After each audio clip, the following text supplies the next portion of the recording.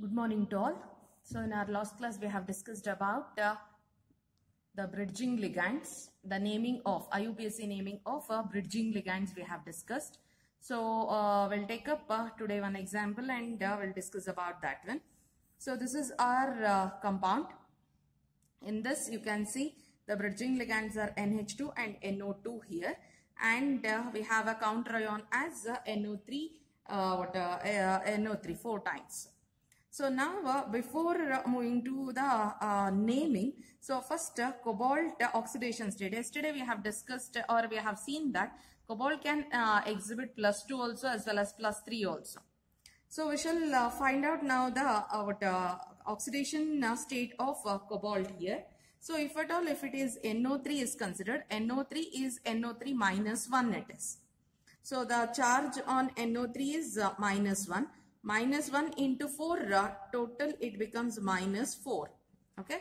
So this is the counter ion. So if at all, if it has to be -4 on the complex, there should be +4 as the charge. The charge on the complex should be +4. So that is why the counter ion is used. Counter ion is used to balance the charge on the complex. Now, so if at all if it is +4, the +4 charge should generate from these things. So let us consider it is just an trial and error method. So let us take cobalt is with +3. The charge on the cobalt is +3. Likewise, the charge on another cobalt also, we are just trying, it is trial and error method. It is also +3 now. Okay. So +3 total, it is +6 now. How much we should get? We should get +4.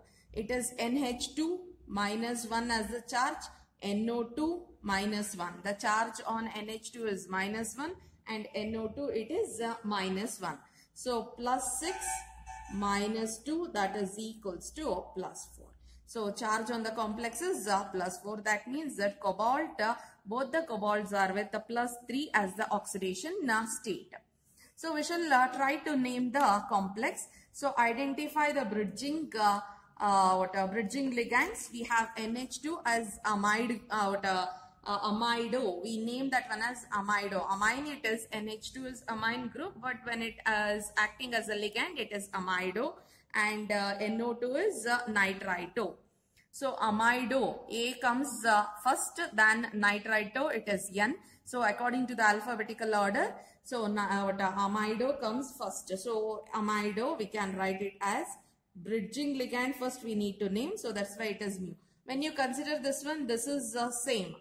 Both are same here. So that's why, so we need not to worry. First we'll name the bridging ligands. It is mu amido,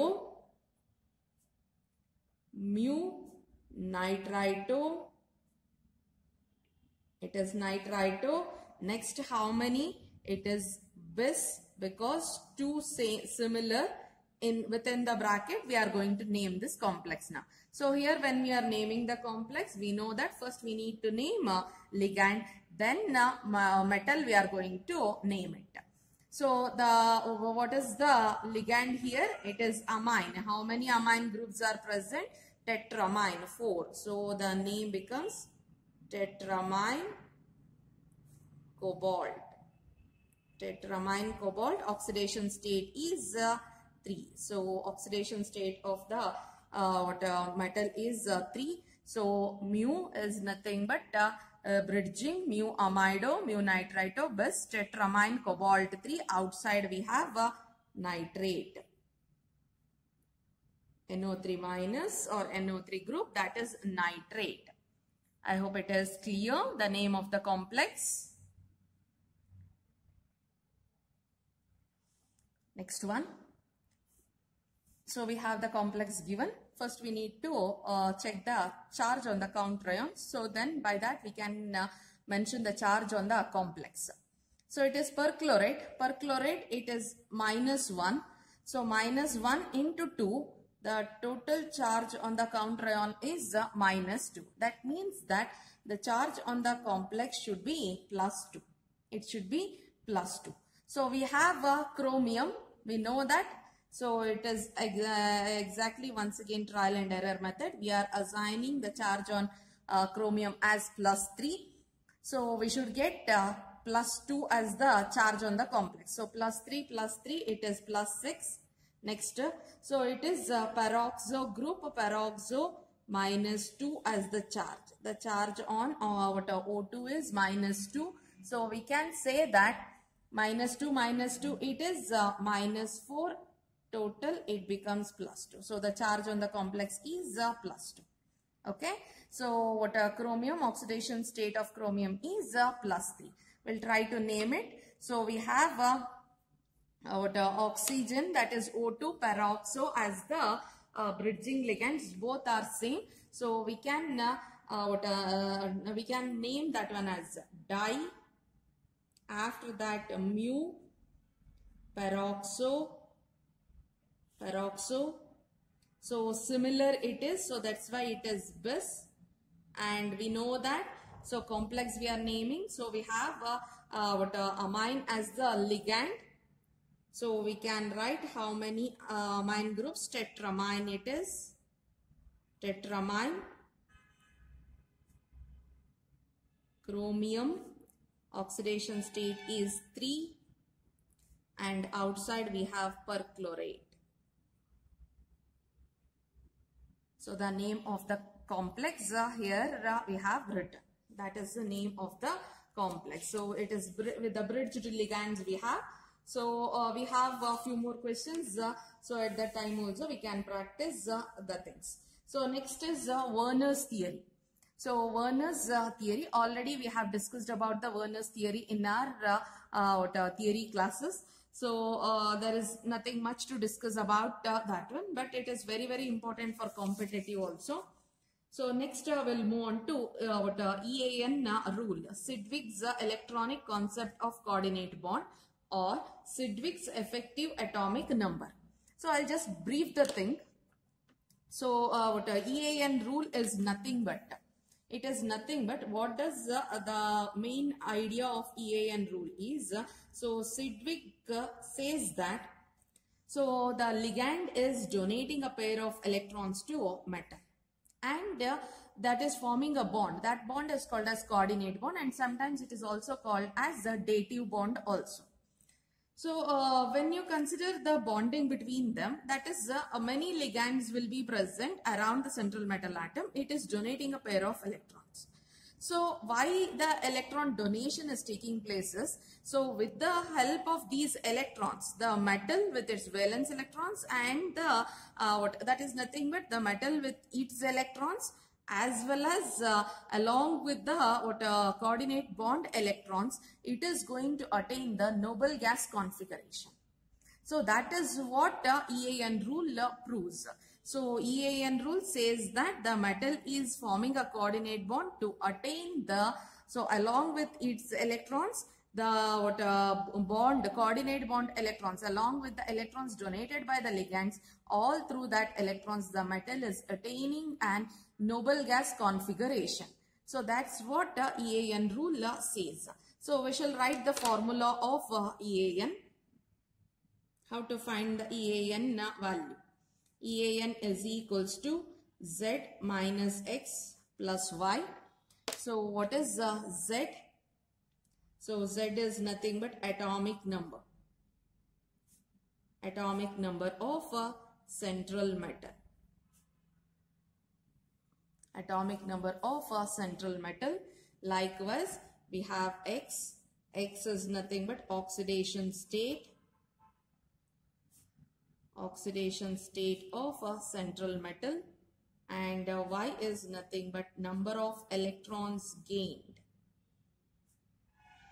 Number of electrons gained by Lm. That is nothing but coordination or coordinate bond. So in coordinate bond, how many electrons are involved?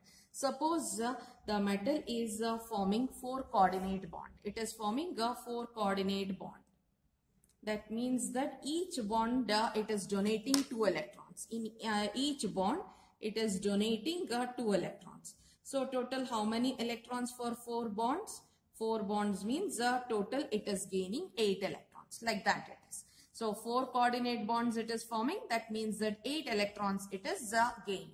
That's how we are going to calculate the number of electrons gained by LM coordination. I hope it is clear. So we have problems regarding that one also. So we are going to discuss with the bids, those things. So next is about the polynuclear complexes. Polynuclear complexes, that is nothing but so we have come across with that one. So two different two different metals will be there. The metal, two different or two similar. Metal bonding will be present. So that is what called polynuclear complexes. Polynuclear complexes, we have few examples. We have an carbonyl group. This is our metal, manganese. So polynuclear complexes where metal is bonded. So earlier we have studied about the bridging ligands, but here it is metal bonding it is taking place. So this is one part of the complex and this is another part of the complex. We have two metals over here and it is bonded. So two similar metals are there, that is being shown. In this example you can see two different metals, cobalt and ruthenium. So here both are manganese. So if you check on the complex there is no charge. That and one more thing, if you check carbonyl, it is an neutral ligand. So this carbonyl is also neutral ligand. So no charge at all. That means that manganese is also at zero oxidation state itself. Likewise, if you check in this also, carbonyl no charge. So carbonyl is neutral ligand. Cobalt and ruthenium, if at all if you check, so metal should be with positive charge only, but here no charge on the complex. That means that both are at zero oxidation state. So this is what the oxidation state. The naming we shall see for this compound. So how to name this one? So we have we have this side we have 4 and this side we have 5 carbonyl groups are present. So we can name the compound as pentacarbonyl, tetracarbonyl, cobalt, 0, ruthenium. I hope it is clear because it is different metals. If at all, if the similar metals are there, here, so we can mention that one as bis. So bis along with that pentacarbonyl manganese. So that is enough. Pentacarbonyl manganese. Pentacarbonyl manganese oxidation state is 0. This is what the name. But here we have different metals present. So because of that reason, the name is also going to change. So this is we are going to consider. We are going to write that one as pentacarbonyl. This is what we are considering as the substituent here. So in this is the substituent we are considering. Tetracarbonyl, cobalt, 0. We are going to close the bracket for that one. Next we have ruthenium. Oxidation state is 0. This is what the name of the complex. So one of the metal will be considered as the main thing. So this is our complex. This one is being considered as the ligand again. I hope it is clear. This one is being considered as the ligand and this is also ligand. This is the central metal. It has been considered. But if it is unsymmetrical, then directly we can write all together. Once we can write that one with the number or prefix indicated with bis, or if 3 molecules are attached, then it is tris. I hope it is clear.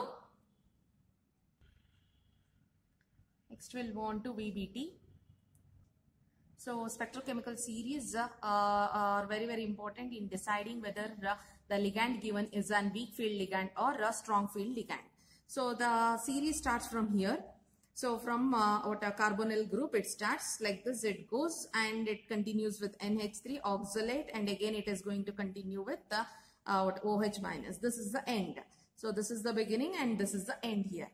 So we have categorized that spectrochemical series into three categories. One is weak field ligand, then borderline ligand, and strong field ligand. So whatever in this is there, that is strong field ligand.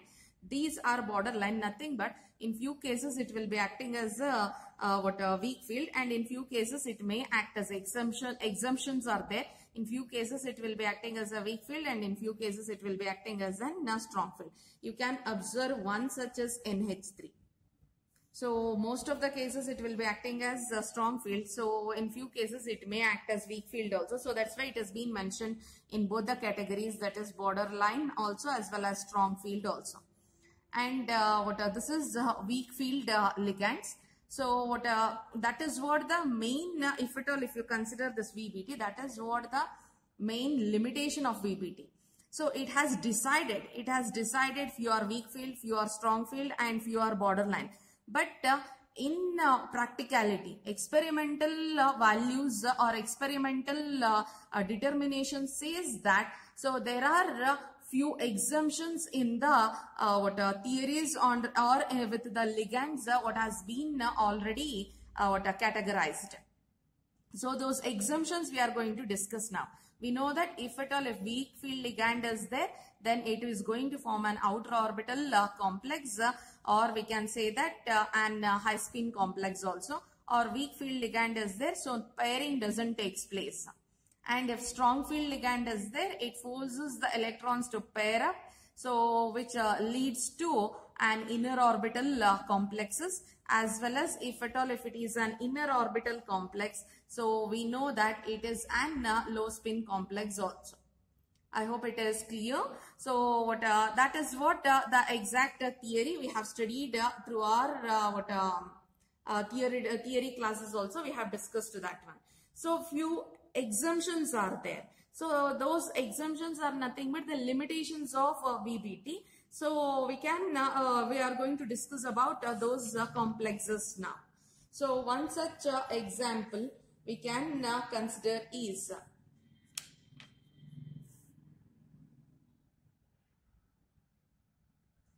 platinum complex. We know that Cl is an weak field ligand. Halogens are weak field ligand.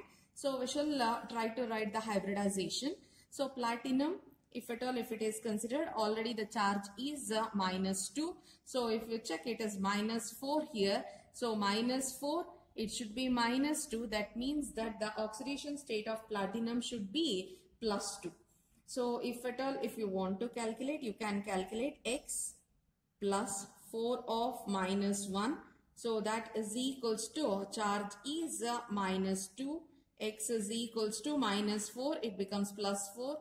Then the oxidation state of platinum is. So platinum oxidation state we don't know. So we have taken that one as X and we calculated. Platinum oxidation state is +2. So we'll write up the electronic configuration. Atomic number of platinum is 78. So we can write the electronic configuration as 5,8D and it is 6s2. So platinum is in +2 state. That means that it is +2 means it is 5,8D only. So D8 it is 5D8. I hope it is clear. Next, so we'll write the electronic configuration or orbital diagram. 8 electrons.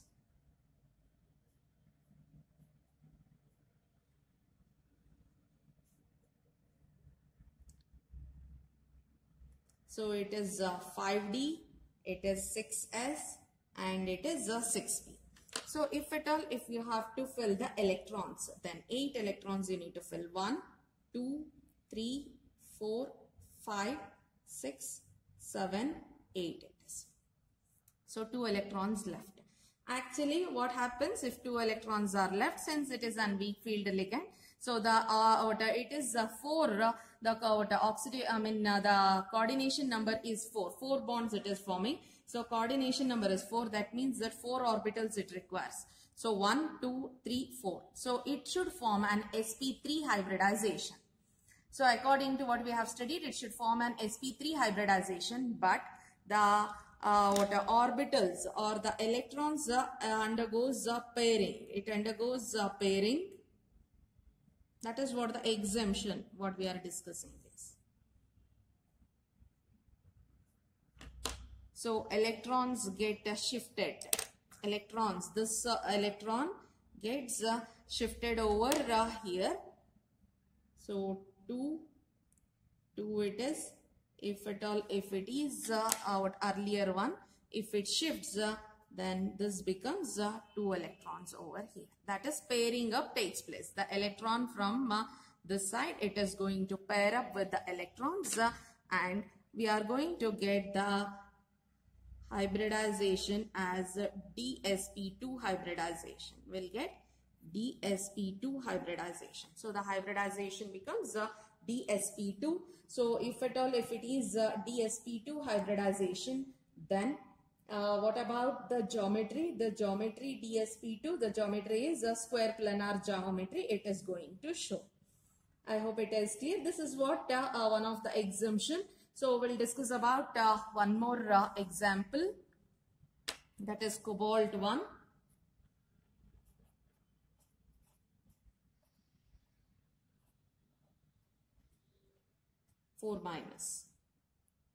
So according to cobalt, it is an Cn minus. It is an strong field ligand.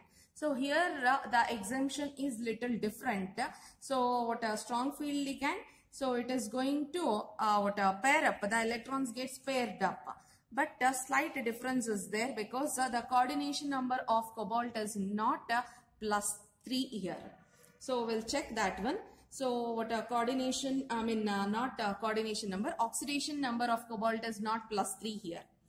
So it is X plus 6 Cn minus 1, that is equals to -4. X is equals to +2.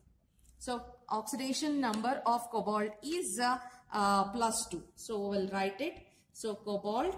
So we have an atomic number of cobalt is, what is the atomic number of cobalt? Atomic number of cobalt is, so we have 18, that is 3d7, 4s2 it is. So that means that 18 and it is 27. Okay. So we have +2. We can say that cobalt is in +2 state. That means that it is 3d7. So we'll write the orbital diagram.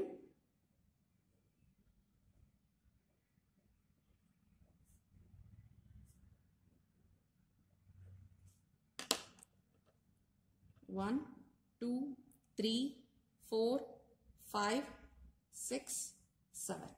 Now you can observe 3 electrons are there.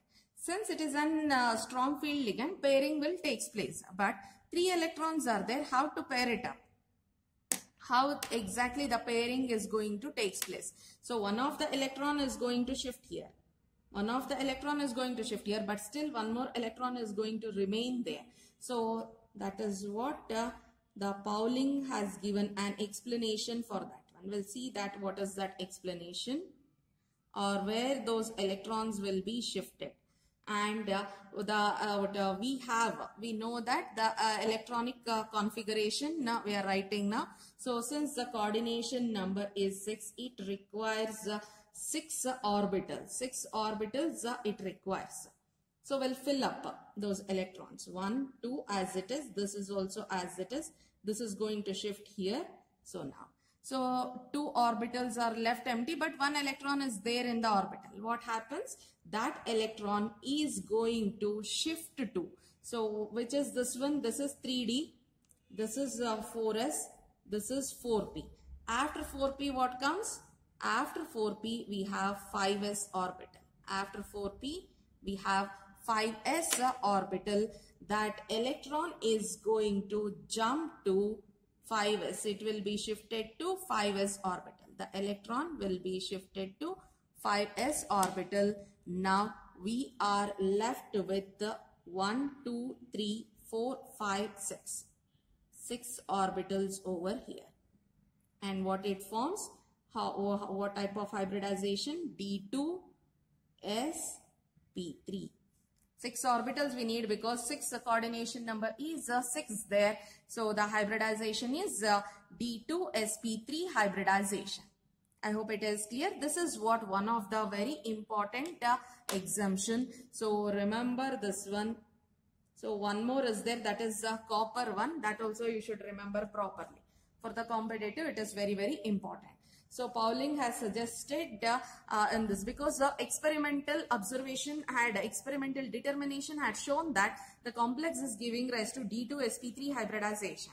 So then the explanation was given by Pauling in this way. So he suggested that one unpaired electron is forced to pair up and one electron is forced to pair up. One electron is being promoted or it is being shifted to 5s orbital.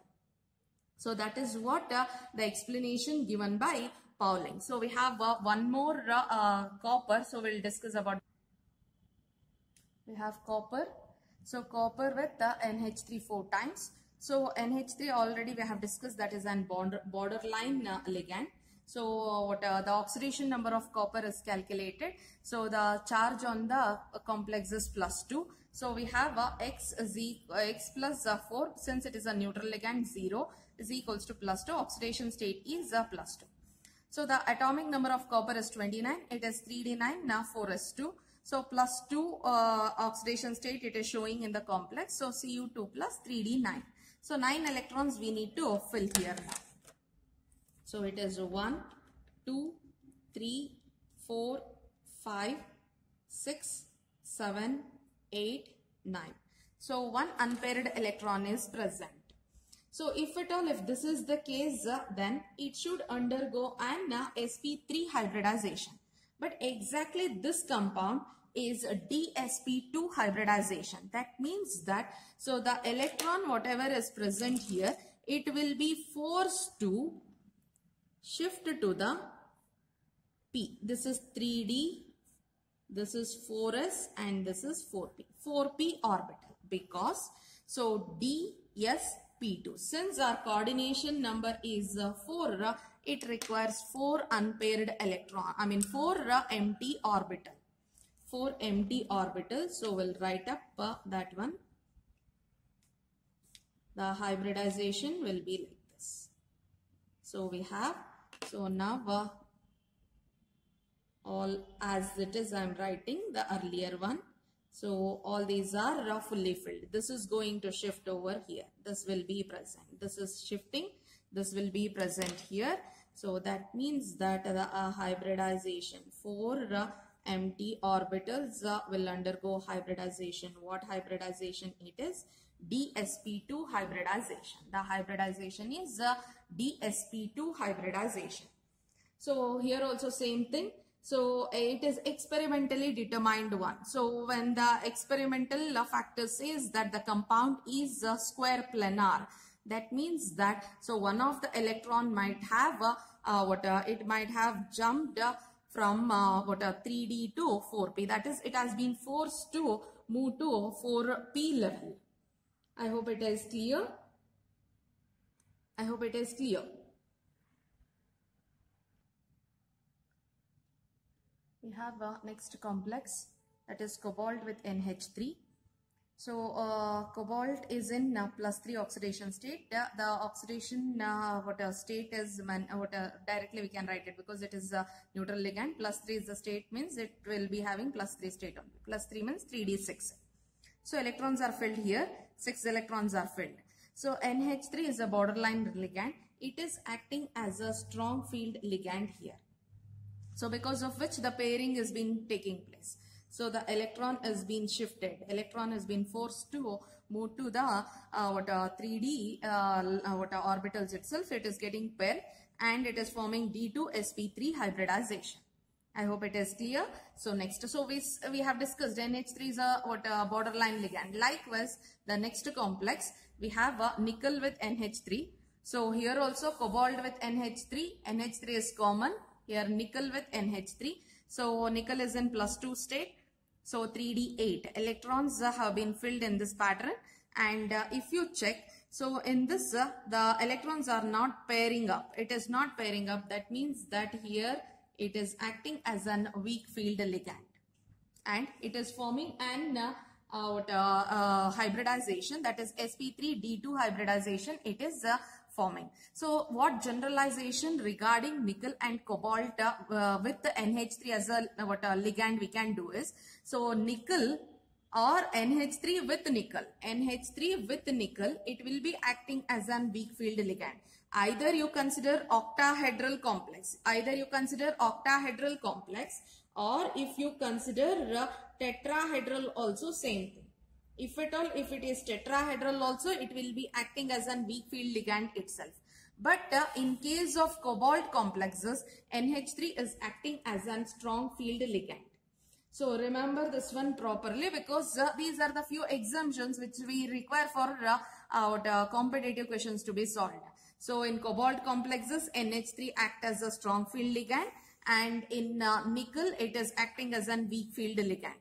Likewise, in case of cobalt also, so in case of cobalt we have seen, so cobalt with the +3 state means no problem, cobalt with the +2 state. So just now we have taken an example, cobalt with +2 state. So in everywhere, in all the complexes, cobalt with +2 state, whichever complex it is forming, so it will be left with one electron like this. So in all the complexes, this one electron is going to jump to the higher orbitals. It is going to jump to the higher orbitals, and it is it is forming the complex. So either it may be in this form, or you can also consider, if at all, if it is a strong field ligand, surely it is going to jump. So we have few more examples for that. So we can consider NO2 6 times 4-. So we have Cn, we have already written. So in this is also same thing, same type of shifting will be taking place, and it also shows, this complex also shows D2sp3 hybridization. D2sp3 hybridization.